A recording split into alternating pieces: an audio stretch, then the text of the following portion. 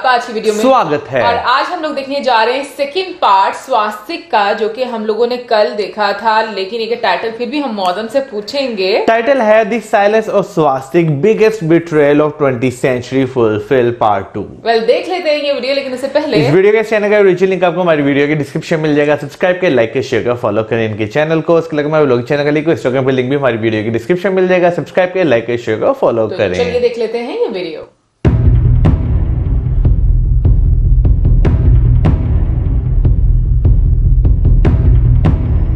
आज हम जो संघर्ष कर रहे हैं, जिसका अंत या तो हमारी समाप्ति से होगा या विजय से, असली अर्थों में यह संघर्ष जीसस क्राइस्ट और साम्यवाद के बीच में है। यह शब्द नाजी पार्टी को परिभाषित करते हुए हिटलर के भीतरी घेरे में शामिल जोसेफ गोबल्स के हैं।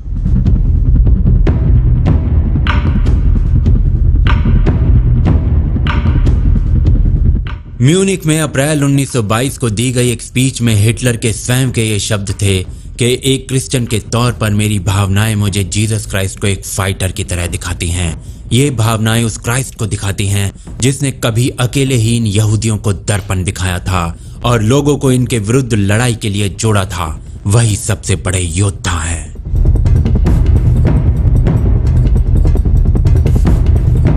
स्वयं की पार्टी को ईसाईयत पर टिकी कहने वाले और स्वयं को क्रिश्चियन कहने वाले हिटलर पर बहुत प्रमाण पत्र बांटे गए हैं। वहीं दावा यह भी किया जाता है कि हिटलर का ये चिन्ह चुनने का एक कारण हिटलर की पार्टी नेशनल सोशलिस्ट में आने वाला एस था, जो कि अनुचित नहीं है। हिटलर की अपनी पुस्तक में इसका वर्णन है, किंतु इस चिन्ह का ईसाई मत से बंधन इसके चुनाव का एक बड़ा कारण हो सकता है। हिटलर की शासन व्यवस्था कम से कम यही प्रदर्शित करती है, वो प्रदर्शन जो कदाचित आपके नेत्र बिंदुओं से टकराए ही ना हो।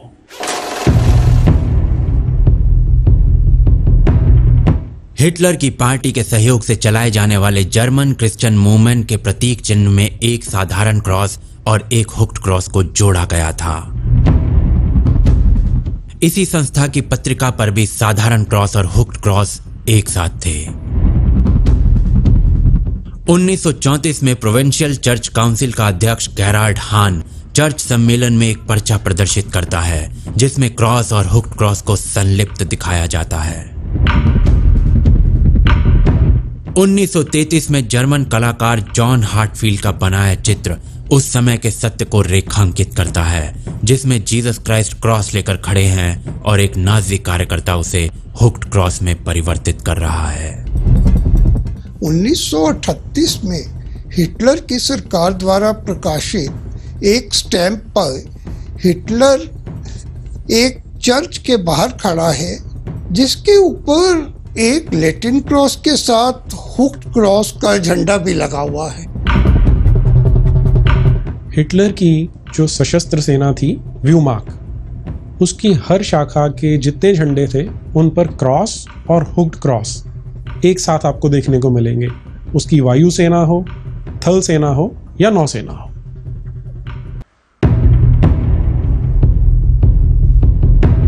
जर्मन महिलाओं की लीग ऑफ नाजी विमेन, सैनिकों की माताओं को सम्मानित करने वाला honour cross of German mothers या फिर जर्मन ऑर्डर मेडल, यहाँ तक कि नाजी जर्मन सैन्य वायु दल, सब में क्रॉस और हुक्ड क्रॉस को साथ साथ दिखाया गया है।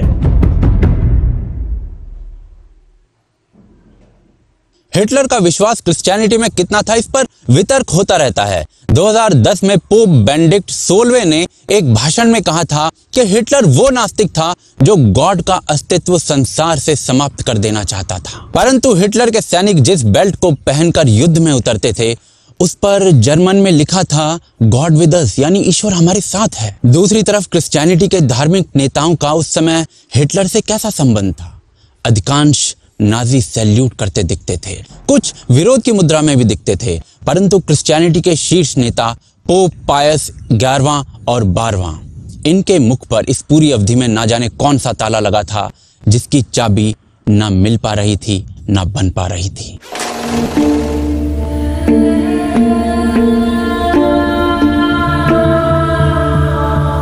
1933 में एडिथ स्टेन नाम की एक यहूदी महिला जो ईसाई मत अपना चुकी थी और स्वयं एक नन थी, पोप पायस 11 को एक पत्र लिखती है। नाजी जर्मनी में यहूदियों के दमन पर आह्वान था इस विवाद को विश्व स्तर पर रेखांकित करने का।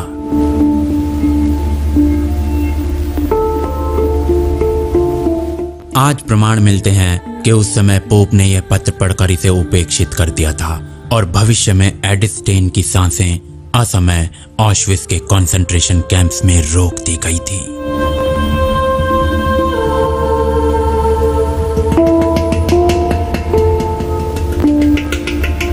आज क्रिश्चियनिटी में एडिथ स्टेन एक संत और एक बलिदानी के रूप में जानी जाती है, परंतु एक समय पोप ने इनके पत्र को पढ़कर भी अनदेखा कर दिया था। इस पूरी अवधि में ये चुप्पी इतनी गहरी थी कि कार्लो फैल्कोनी ने 400 पन्ने स्याही से भर दिए द साइलेंस ऑफ पायस 12 नाम की पुस्तक लिखकर।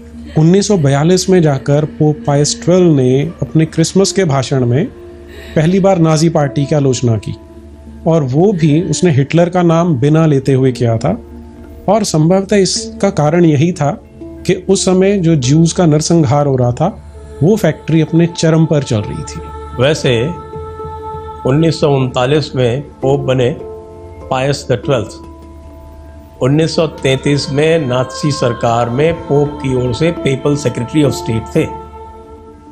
हिटलर परंपरागत क्रिश्चियनिटी को मानता था या नहीं, ये प्रश्न उठाए जा सकते हैं, परंतु हिटलर और उसके शासन पर ईसाईयत का प्रभाव था, इस पर हिटलर के शत्रु देशों का मीडिया भी प्रश्न नहीं उठा पा रहा था। इंग्लैंड के डेली मिरर में 16 मई 1941 को हिटलर के शासन को परिभाषित करते हुए कार्टून छापा जाता है, जिसमें एक चिंपैंजी हिटलर के रूप में एक साधारण लैटिन क्रॉस को हेकन क्रॉस में बदल रहा होता है और इसके नीचे लिखा होता है द न्यू क्रिश्चियनिटी 100% आर्यन। यहां से स्पष्ट है कि हिटलर के द्वारा निर्मित विधान, किए गए कार्य और दिए गए शासन को नई ईसाईयत कहा गया, जिसके शासन के विषैले बीज इस चिन्ह के नीचे फूटे थे और बड़े होकर नरभक्षण की लत लगा चुके थे। अब समझा जा सकता है कि हिटलर का ये चिन्ह किस धार्मिक मत से जुड़ा हो सकता है, और स्वास्तिक तो कदापि नहीं था। पर बड़ा प्रश्न ये कि उस समय का मीडिया हिटलर के इस चिन्ह को क्या कह रहा था। विश्वास कीजिए, ताबूत की आखिरी कील है ये।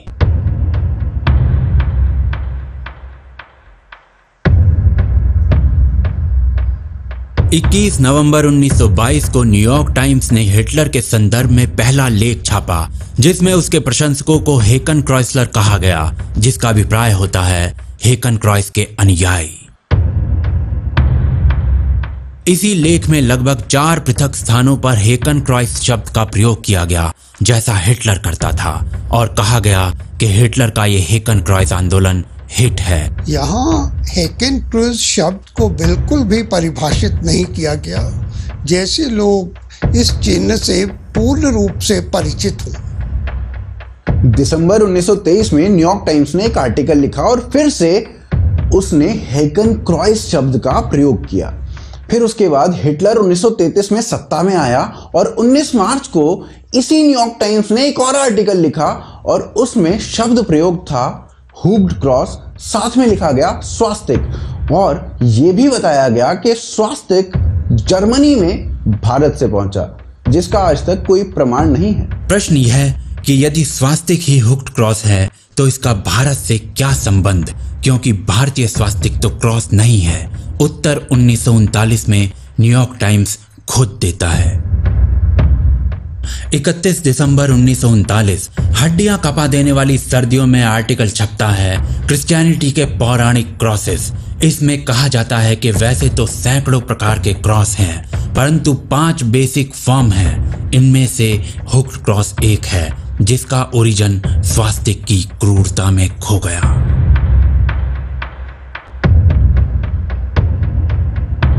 उन्नीस में हुक्ड क्रॉस को ही स्वास्तिक बताने वाला न्यूयॉर्क टाइम्स 1939 में हुक्ड क्रॉस को स्वास्तिक का विक्टिम बता रहा था।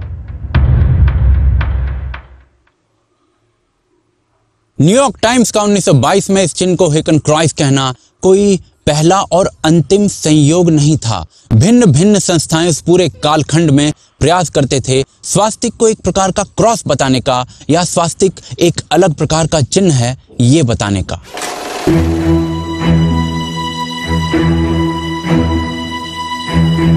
फ्रांस के बियोनी नगर में स्थित बास्क म्यूजियम 80 वर्षों से भी अधिक समय से अपना बुलेटिन निकाल रहा है जो फ्रेंच भाषा में छपता है। 1936 के बुलेटिन में इस म्यूजियम के द्वारा इस चिन्ह को बास्क क्रॉस कहा गया। आगे विवरण में लिखा गया कि बास्क क्षेत्र में स्वास्तिक का कोई अस्तित्व नहीं, जबकि इस प्रकार के क्रॉसेस बहुत मिलते हैं।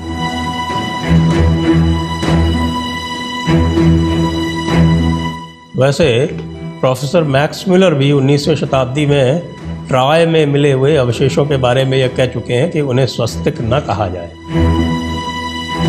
अगर आप 1798 का जो जर्मन शब्दों का शब्दकोश है एडलॉन्ग, उसमें देखें तो आपको हाकेन क्रूज शब्द मिलता है। इसका अभिप्राय होता है हुक्स से अलंकृत एक क्रॉस, पर स्वास्तिक शब्द आपको इस शब्दकोश में कहीं नहीं मिलेगा। यानी जो जर्मन समाज है वो हाकेन क्रूज को तो जानता था, क्रॉस के रूप में जानता था, लेकिन स्वास्तिक के रूप में नहीं जानता था।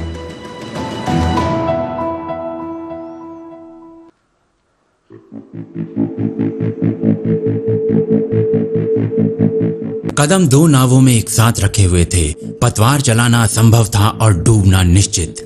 प्रश्न यह आता है कि जो समाज एक समय पर स्वास्तिक को भी एक क्रॉस बोल रहा था, वो हिटलर के हेकन क्रॉस को स्वास्तिक कब और कैसे बोलने लगा? क्या इतना गूढ़ परिवर्तन अकस्मात ही आ गया, या मानव शतरंज के प्यादे मौन रहकर अपना कुचक्र रच रहे थे, जिसे समझना पराधीनता में जकड़े एक सामान्य भारतीय के लिए संभव नहीं था? उत्तर हड्डियां कपा देगा, और उत्तर का प्रारंभ होता है हिटलर की पुस्तक से।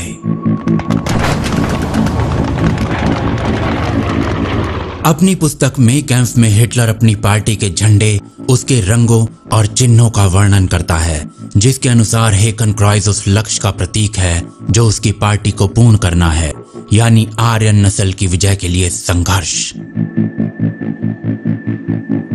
और साथ में संघर्ष उस रचनात्मक कार्य यानी क्रिएटिव वर्क की जीत के लिए जो हमेशा एंटी सेमेटिक यानी यहूदियों के लिए प्राण घातक होगा।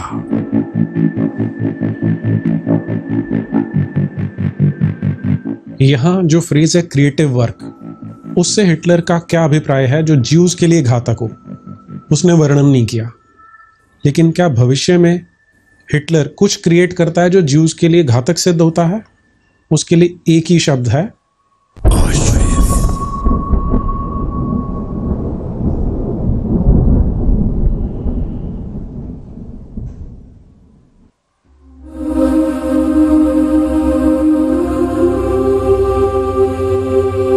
द्वितीय विश्व युद्ध में पोलैंड को रौंदने के बाद हिटलर ने 1939 में ऑश्विट्ज़ कंसंट्रेशन कैंप बनवाया। सरल शब्दों में यहूदियों के समूल अंत का कारखाना। 1944 तक यहां लगभग 11 लाख लोगों के माथे पर मृत्यु की रेखा को छाप दिया गया था, जिसमें 9,60,000 यहूदी थे।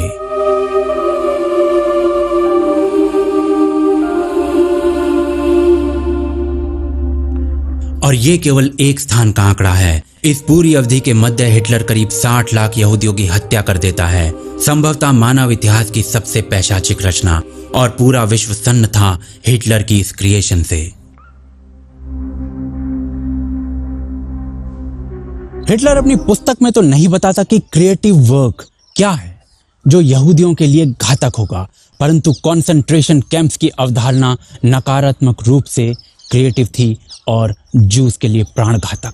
लक्ष्य था यहूदियों का समूल विनाश, और यही वो खिड़की है जिसके पार हेकन क्रॉस को स्वास्तिक में परिवर्तित करने का षड्यंत्र रचा जाता है, एक शब्द को बदलकर, वो शब्द जो इतिहास पलटने वाला था। कैसे 20वीं सदी का सबसे बड़ा विश्वासघात एक शब्द से लिखा गया। कमर खोल लीजिए, तूफान को बंदी बनाना है। –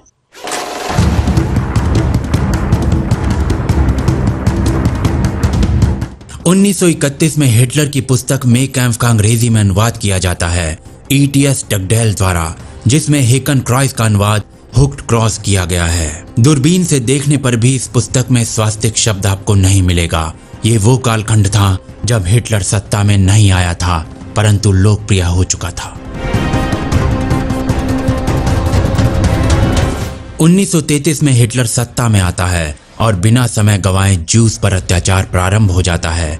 जिसमें मानवाधिकार छीनने से कथा प्रारंभ होती है और जीवन का अधिकार छीनने पर अंत। 1939 में हिटलर पोलैंड में प्रलय ढा देता है।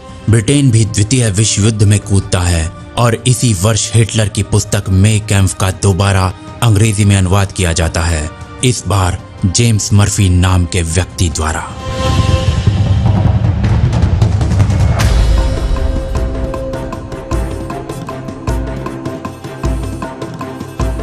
इसी किताब में हेकन क्रॉइस को हर स्थान पर अनुवाद किया गया स्वास्तिक। यही हिटलर की पुस्तक का सबसे लोकप्रिय ट्रांसलेटेड संस्करण है और इस प्रकार एक शब्द को बदलकर दानवीय कृत्यों से शांति के प्रतीक को जोड़ दिया जाता है। हिटलर ने अपनी पुस्तक में हाकेन क्रूज को यहूदियों के लिए घातक बताया था।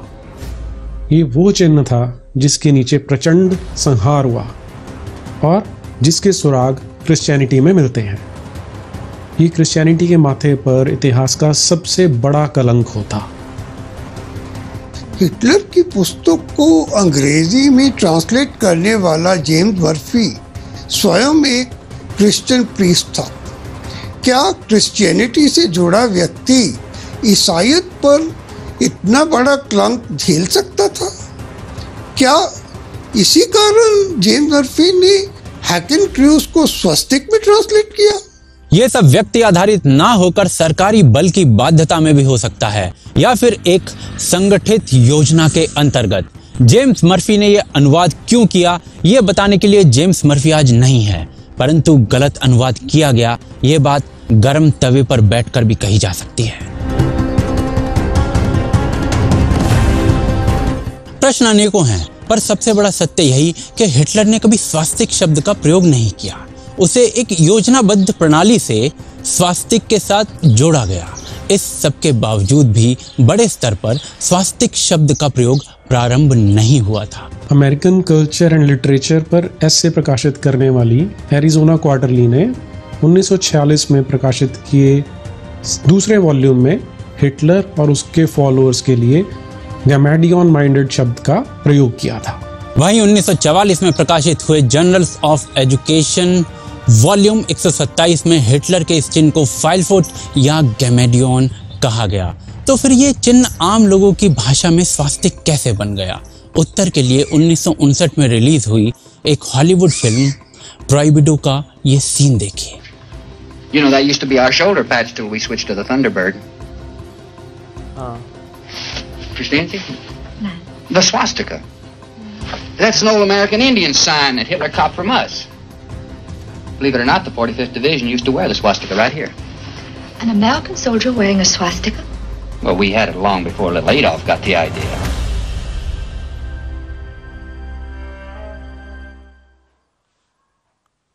फिल्म एक लोकप्रिय माध्यम जो घर घर तक पहुंचता है। समय के साथ हिटलर के ऊपर लिखी गई हर पुस्तक में, हर लेख में, हर प्रकार के मीडिया में स्वास्तिक शब्द का प्रयोग प्रभावी हो गया। सामान्य मानव की स्मरण शक्ति मीडिया की स्पर्धा में अति क्षीण होती है।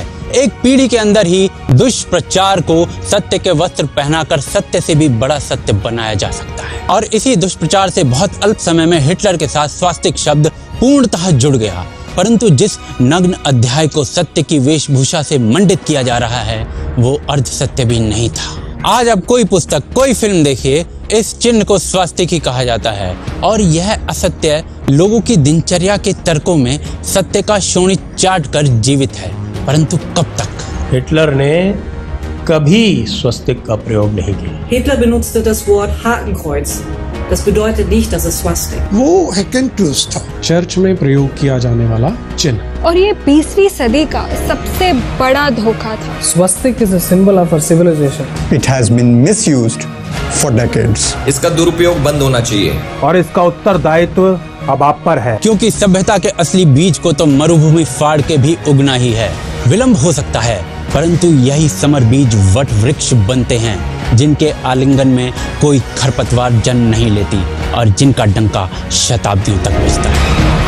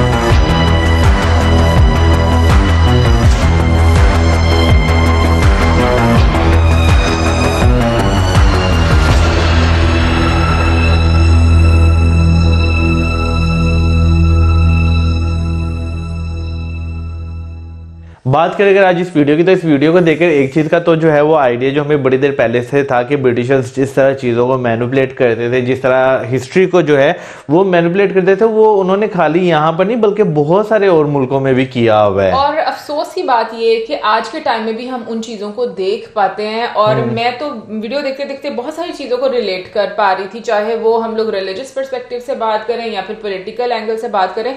दोनों चीजों को अभी तक इस्तेमाल किया जाता है लोगों का दिमाग खराब करने के लिए, उनके अपने ग्रीड के लिए, पॉलिटिशियंस के कह लें या फिर जो रिलीजियस स्कॉलर्स हैं उनकी हम लोग बात कर लें।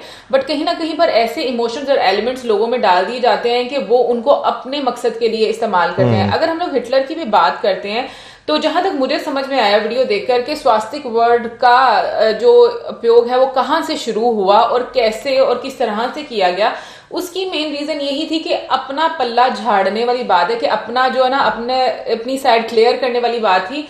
कि क्योंकि जो कि हुक्ड क्रॉस की बात कर लें या हम लोग हैकन क्रूज की बात कर लें या फिर हम लोग कल जैसे हम लोगों ने वीडियो में देखा तो गमेडियन भी इसका नाम था, उसकी बात कर लें तो उसका एक बड़ा एक महत्वपूर्ण एक उसकी जगह है क्रिश्चियनिटी में, उसकी बड़ी एक इंपॉर्टेंस है वैल्यू। तो उसका नाम खराब ना हो इसकी वजह से स्वास्तिक का नाम जो है वो इस्तेमाल कर लिया गया। यार बेसिकली हमने जितनी भी डॉक्यूमेंट्री देखी कल की और आज के दोनों पार्ट में, उसमें जो है एक चीज क्लियर कट जो है वो लिखी हुई है कि हिटलर की जो बुक थी उसमें जो था उसमें जो है हैकन क्रूज, उसने हर जगह यही वर्ड इस्तेमाल किया गया। लेकिन वो ही आपके वाली बात सच है कि अपना पल्ला झाड़ने के लिए, अपने वो जो है ना अपना गंद साफ करने के लिए मलबा जो है वो दूसरे पे डाल दिया गया। बट तो पता आज के टाइम में मैं सीरियसली वीडियो देखते हुए ये चीज रिलेट कर पा रही थी चाइना के साथ। देखो जैसे ही पैंडेमिक स्टार्ट हुआ था, ठीक है, और कोरोना आया, फिर आहिस्ता आहिस्ता क्या होता गया जी कि इंटरनेट पर ऐसी न्यूज सर्कुलेट करना शुरू हुई जिसमें जी डिफरेंट कंट्री और स्पेशली उसमें इंडिया का नाम भी था कि इंडिया से ये स्टार्ट हुआ है। यानी कि आपको जब आने वाले टाइम में लोगों की जो परसेप्शन है किसी कंट्री के बारे में बनानी है या उनका दिमाग चेंज करना है, तो आप कितनी देर पहले से वो चीजें स्टार्ट कर देते हैं। और मैं ये चीज देख रही हूँ और आज के टाइम के लिहाज से अगर मैं देखूं तो मैं उनको इतने अच्छे तरीके से कनेक्ट कर पा रही हूँ ना कि कुछ नहीं बदला, सिर्फ ये बदला है कि हम लोग क्योंकि पढ़ते नहीं, हमें जानकारी नहीं रहती, तो इसलिए हमें पता ही नहीं होता कि चीजें अब रिपीट हो रही हैं हमारे साथ। लेकिन जनरेशन टू जनरेशन यही चीजें होती है यार। असल में ना एक चीज जो है ना वो बहुत ज्यादा देखने को मिलती है जब स्टेट और रिलीजन दोनों आपस में मिल जाते हैं ना, यानी कि वो चीजें लोगों पे थोपना शुरू कर दी जाती हैं, तो वहां पे बहुत सारी जो है वो खराबियां जो है वो देखने को मिलती हैं, बेशक वो किसी भी एंगल से देखने को मिले। फिर उसके बाद जो है ना अगर हम बात करें ना, जैसे हमें आज भी चीजें जो है बहुत ज्यादा देखने को मिलती हैं, तो इसका एक छोटा सा जो है ना जवाब ये है कि चीजें वही हैं लेकिन शक्लें बदल गई हैं। बिल्कुल एग्जैक्टली मैं भी इस चीज से अग्री करूंगी। और मुझे इतना दुख हो रहा था बीच में कि जिस तरीके से यहूदियों के साथ उसने किया, आई मीन मुझे नहीं समझ में आता वो इंसान कहने के काबिल है या नहीं है। मतलब ये कौन सी आपकी एक मतलब दिल की तसल्ली हो जाती है कि आप किसी को खत्म कर दें, उनको मार दें और उसके बाद, और मुझे ऐसा लगता है ना फिर अगर आज के टाइम के लिहाज से देखा जाए ना तो मुझे लगता है कि सबसे बड़ी नाकामी हिटलर की ना आज के टाइम पर देखने को मिलती है। क्योंकि अगर हम लोग ज्यूज को देखें तो पूरी दुनिया में आज वो राज कर रहे हैं, वो पढ़े लिखे हैं, टेक्नोलॉजी में आ गए हैं, उन्होंने कंट्रोल रखा हुआ है अपना, तो इससे ज्यादा और रिवेंज उनका क्या हो सकता है? इसमें कोई शक नहीं है। आप दुनिया की मल्टीनेशनल कंपनीज देखें, यूनिकॉर्न्स दुनिया की जो है वो देखें, वो तकरीबन सब जो है ज्यूस ही हैं, लगभग अप्रोक्सीमेटली उन्हीं की कंपनीज हैं, क्योंकि बड़े बड़े ब्रांड्स हैं, बड़े बड़े नाम हैं जो ज्यूस जो है वो चला रहे हैं। लेकिन मुझे ऐसा लगता है ना कि ये जो कम्युनिटी के तरफ, एक मखसूस कम्युनिटी की तरफ आपका एक हेट्रेड रखना, लोगों में फिर कम्युनलिज्म बढ़ाना और उसको यूटिलाइज करना, ये चीजें अभी तक देखने को मिल रही हैं। सीरियसली मुझे नहीं लग रहा कि कुछ ऐसा चेंज हुआ है खास इस दुनिया में। वही फिर बात वही आ जाती है कि भाई चेहरे बदल गए हैं, ठीक है ना, काम वही हो रहे हैं, लेकिन पता नहीं लोगों को वाकई क्या एक वो मिलता है किसी कम्युनिटी के लोगों को इस तरह जो है मारकर। क्योंकि भाई 60 लाख लोगों को एक ऐसी जगह पर मारना कि क्या नाम लेते हैं, उनके लिए एक वो प्रॉपर सेटअप लगाया हुआ है कि क्या नाम लेते हैं यहाँ पर जो है इन्हें मारा जाएगा, तो वाकई बहुत वो डिस्ट्रैक्ट करने वाली चीजें होती हैं। अरे मैं ये बात सोच रही थी कि अभी के टाइम पर जो ज्यूज होंगे, ठीक है ना, अगर ये जगह अभी भी वहां पर है, ठीक है, मेरे ख्याल है तो शायद मतलब उनको कितना दुख होता होगा। लेकिन मैं ये बात बोलूंगी कि उन्होंने बहुत अच्छा रिवेंज लिया है कि उन्होंने अपने आप को वो ऐसे उभरे हैं और पूरी दुनिया पर वो क्या हम टेक्नोलॉजी में बहुत। और पता क्या, मैं एक चीज मौसम ये भी सोच रही थी, देखो जब आपके साथ कुछ गलत होता है ना, मतलब एक खास कम्युनिटी के साथ या कुछ ऐसे कंट्री के लोगों के साथ, तो ठीक है, आपके पास दो रास्ते होते हैं, या तो आप गलत रास्ते पर चलकर बाकी लोगों के साथ भी वही जुल्म करना शुरू हो जाते हो, या फिर आप अपने आप को सुधार कर अपने आप को इतना ऊपर लेकर जाते हो ना कि आपका कंट्रोल जो है वो दुनिया के ऊपर होना शुरू हो जाता है। तो पॉजिटिव और नेगेटिव दोनों कंट्रोल आपके हाथ में होते हैं कि आपने कौन सा रास्ता चूज करना है। और अगर हिटलर की भी अगर मैं बात करूं तो ठीक है, वॉर के बाद उसको जब पोलैंड के साथ इन्वेड किया और फिर उसके बाद उसको थोड़ी जर्मन को बड़ी प्रॉब्लम्स देखना पड़ी, बट इसका मतलब ये नहीं है कि अगर आपने मुश्किल देखी तो उसके बाद आप बाकी लोगों का जीना ही हराम कर दो। मेरा मानना ये है कि अगर आपको किसी ना किसी तरीके से मतलब दुख तकलीफ दी जाती है ना, गुस्सा आता है, बहुत गुस्सा आता है, बुरा भी लगता है, लेकिन मुझे लगता है कि आपको ना रास्ता जो चूज करना चाहिए ना, वो सही वाला रास्ता चूज करना चाहिए, ना कि आपको एक जुल्म और तशद्दुद वाला रास्ता। यार यही तो फर्क होता है एक डिक्टेटर में और एक जो है जो डेमोक्रेटिक यानी कि इलेक्टेड गवर्नमेंट होती है उसमें। अगर बात की जाए जब यहूदियों को जो है वहां से एग्जाइल ही किया गया जर्मनी से, तो उन्होंने एक जो है अपने आप को डेमोक्रेटिक वे में लेकर चले, उन्होंने तरक्की की। जबकि अगर ऑन दी अदर साइड देखे, जर्मनी जो है उस टाइम एक डिक्टेटर के हाथ में चल रहा था। तो यही चीज होती है कि डिक्टेटर जो है ना वही वाला साहब होता है, वन मैन जो है रूल चल रहा था, जो उसने कह दिया वही होना है। तो अगर देखा जाए तो ये चीज जो है ना तबाही की तरफ लेकर जाती है जब आप सिर्फ एक ही बंदे की सुन रहे हैं, उसी के मशवरे पे चल रहे हैं, क्योंकि उसने जो है उतना ही काम करना है जितनी से नीचे से इंफॉर्मेशन आ रही है। उसने गली गली जाकर चीजें तो नहीं ना देखनी।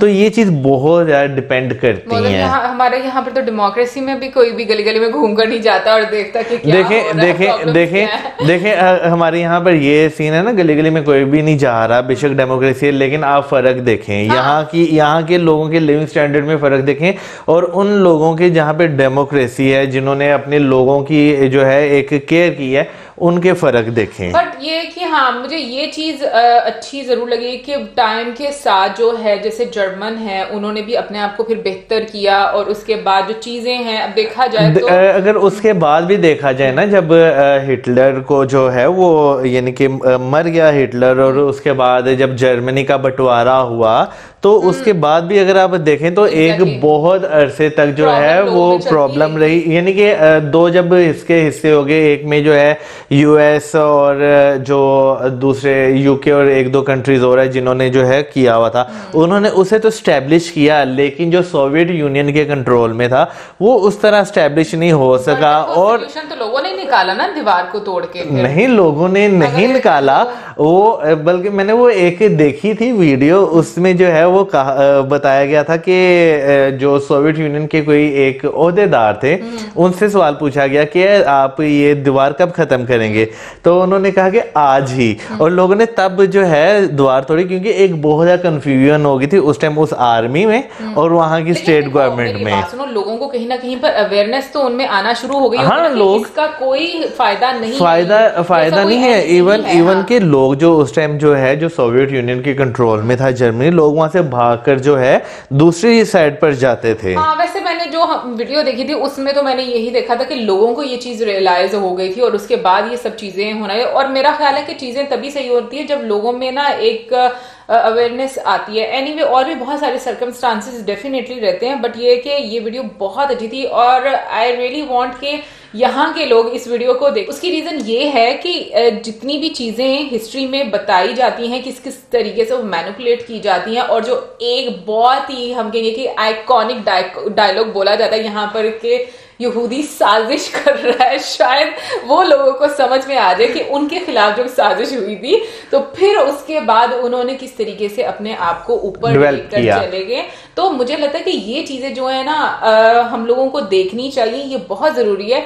डेफिनेटली हम लोग जब ये वीडियोस देखते हैं ना, तो हम लोग भी शेयर करते हैं अपने अराउंड डिफरेंट लोगों के साथ, और चाहे उनका इंटरेस्ट हो ना हो, हम थोड़ी बहुत बता जरूर देते हैं कि भाई ऐसा ऐसा हुआ था, क्योंकि देखो हमारा इंटरेस्ट अब इस तरह का हो चुका है कि अगर हम कुछ सीखते हैं ना तो हम यहाँ के लोगों में वो चीज जो है उनको कन्वे करें, ताकि एक सोच कुछ तो बदलने की कोशिश हो सकती है ना। बट खैर एनीवे, मैं ये जरूर कहूंगी कि इस तरह की हिस्ट्री की जो बुक्स हैं और जो चीजें हैं वो लोगों के सामने और आनी चाहिए। इतनी खूबसूरत वीडियो थी, बहुत अच्छे लोग थे जिन लोगों ने सारी चीजें डिस्कस की, इतने अच्छे तरीके से एक एक चीज डिटेल में बताई, मतलब मुझे बहुत अच्छा लगा। और मौजम एक चीज मुझे मतलब जो अगर हम हिस्ट्री की भी देखें, जो अच्छे लोग होते हैं, जो नन थी वो, मतलब देखो उनका बाद में नाम जो है वो काफी ज्यादा हुआ, लेकिन देखो उस टाइम पर उनको मार दिया गया, ठीक है। ये चीज मुझे बहुत अजीब लगती है कि जो अच्छे लोग हैं उनका टाइम इतना कम क्यों हो जाता है, फिर कि बुरे लोग जो वो इतने डोमिनेट क्यों हो जाते हैं। वेल गाइस, ये बहुत सारी ऐसी चीजें हैं जो मेरे दिमाग में चलती रहती हैं। एनीवे, आप जरूर बताइएगा कि आपका क्या कहना है, और I think as a citizen of India आप लोगों की भी बहुत ज्यादा ये रिस्पॉन्सिबिलिटी और बाकी सब लोगों की भी ये रिस्पॉन्सिबिलिटी बनती है कि वो इन चीजों को क्लियर समझें और क्लियर करवाएं, क्योंकि ये जो एक ऐसा बंदा जो उस चीज को, उस कल्चर को फॉलो नहीं करता ना, तो उसकी सोच कुछ और बनना शुरू हो जाती है। तो जब तक आप पढ़ेंगे नहीं, लोगों को बताएंगे नहीं, लोगों को भी समझ में नहीं आएगा। बट एनीवे, ये तो थी हमारी आज वीडियो। इसके साथ हमें like, subscribe, share, good bye.